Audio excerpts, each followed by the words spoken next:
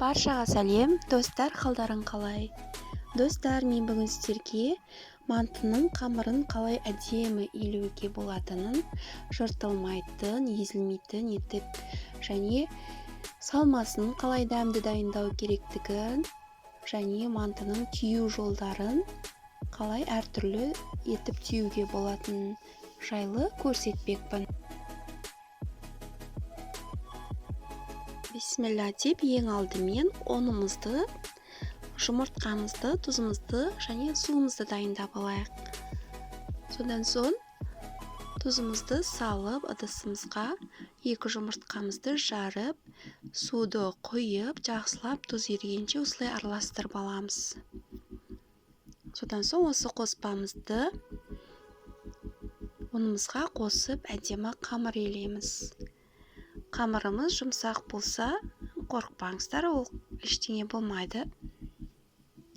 Жұмсақтау болғаны дұрыс. Содан соң сразу осылай күлшелеп аламыз. Сосын салмасын дайындаймыз. Ол үшін құйрық май қосайық кішкене, пияз турап қосамыз.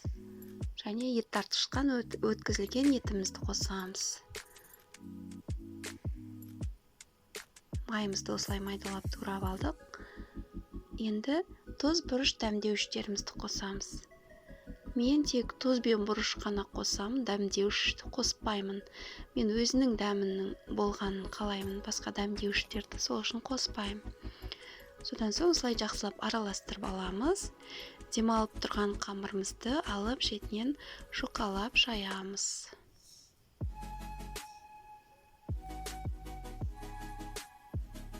Жұп-жұқа етіп жайып алдық.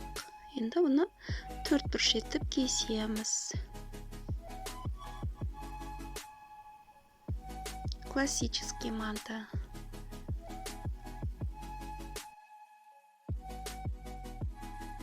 Қамырымызды осылай кесіп болып, салмасын салып, әдемілеп бірдей етіп түйіп шығамыз. Классический мантыны түйіп білмейтін адамның өзі жоқ шығар. Содан соң мантаваркамызды майлап, дайын болған мантыларымызды салып, бетін тағы да майлап шығамыз. Бетін майлайтын себебіміз, беті кеуіп кеткен жағдайда, беті жұмсақ болып тұру үшін солай майлап алуымыз керек. Содан соң уйгурский мантыны қалай түйу керек екенін мына жерде мен анық көрсетуге тырыстым. Өте оңай, еш қиындығы жоқ. Уйгурский мантыға дөңгелек етіп кесіп аламыз. Содан соң осылай өріп түйеміз.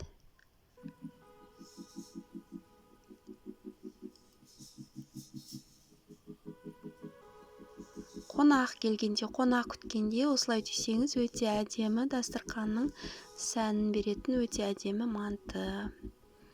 Осылай түйсеңіз өте әдемі тұрады.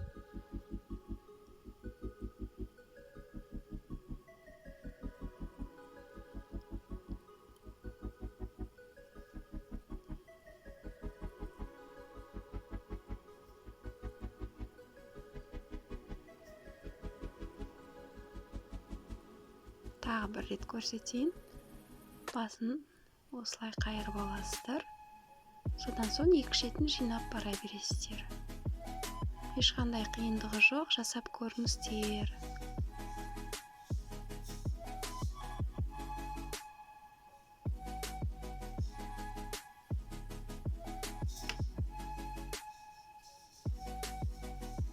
Бәрін түйіп алдық. Енді тағы бір түрін көрсетейін. Оның аяқ жағын қайырмай ұзынша түйе саламыз. Осылай ұзынша етіп түйе саламыз. Осындай болады. Бұл да әдемі болады. Содан соң мантаваркамызды майлап салып, тағы да бетін майлап шығамыз. Қайнап тұрған суымызға бұқтырып 45 минутқа қойып қоямыз. Мына мантымыз дайын. Өте жұқа, өте жыртылмайды, өте әдемі болып шықты. Мен бұл жерде 3 түрлі етіп түйудің жолдарын көрсеттім. Классикалық, енді оны бәрі түйіп біледі. Уйгурский мантыны көп адамдар маған қалай түйесіз деген сияқты сұрап жатады. Сол үшін осылай анық түсіріп көрсеткен сияқтымын. Достар, видео ұнап жатса лайк басып, комментарий жазып кетейік. Достарыңызбен бөлісейік. Содан соң бетін әрлеуге көк пиязды турап осылай салдым. Өте әдемі. Қаймақпен, майонез, кетчуппен жесеңіздер өте керемет болады. Келесі видеоларымды жіберіп алмас үшін менің каналыма тіркеліп қойыңыздар. Рахмет.